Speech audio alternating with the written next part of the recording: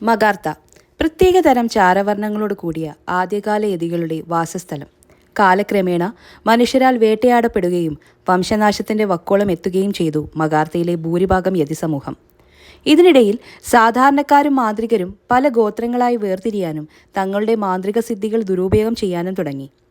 ശാപശൈലം, നരകവനം, മോക്ഷഭൂമി തുടങ്ങിയ പ്രാധാന്യമേറിയതുമല്ലാത്തതുമായ നിരവധി ഗോത്രങ്ങളുടെയും മുഴുവൻ അധികാരവും മഗാർത്ത സാമ്രാജ്യത്തിന് കീഴിലായിരുന്നുവെങ്കിലും മാന്ത്രികരുടെ 5 ഗോത്രങ്ങളടങ്ങിയ നന്മോറ ദേശം ഒരിക്കലും സാമ്രാജ്യത്തിന്റെ കൊടിക്കീഴിൽ തല കുനിച്ചിരുന്നില്ല. നന്മോറയിലെ ജനങ്ങൾക്ക് അവരുടേതായ നിയമങ്ങളും രഹസ്യമായ ആചാരങ്ങളും ഒക്കെ ഉണ്ടായിരുന്നു. എന്നിരുന്നാലും അവർ മഗാർത്ത സാമ്രാജ്യത്തിന്റെ ഭരണാധികാരികളുമായി ഉണ്ടാക്കിയ ഉടമ്പടികളും സൗഹൃദങ്ങൾക്കും കോട്ടം വരാതെ സൂക്ഷിച്ചുകൊണ്ടേയിരുന്നു.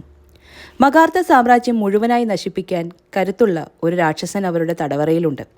ദുർമന്ത്രവാദത്തിലൂടെ വിളിച്ചു വരുത്തിയ ആ ചെകുത്താൻ 7 സംവത്സരങ്ങളായി തടവറയിൽ തളയ്ക്കപ്പെട്ടിരിക്കുകയാണ്.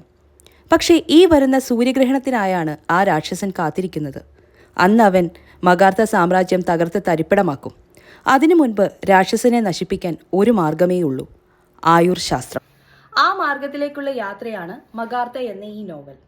ഈ യാത്രയിലുടനീളം അദൃശ്യ ശക്തികളും ദുർമന്ത്രവാദവും നമ്മൾ കാണാത്ത മുഖങ്ങളും അറിയാത്ത ഇടങ്ങളും എല്ലാം ഉൾപ്പെടുന്നുണ്ട്.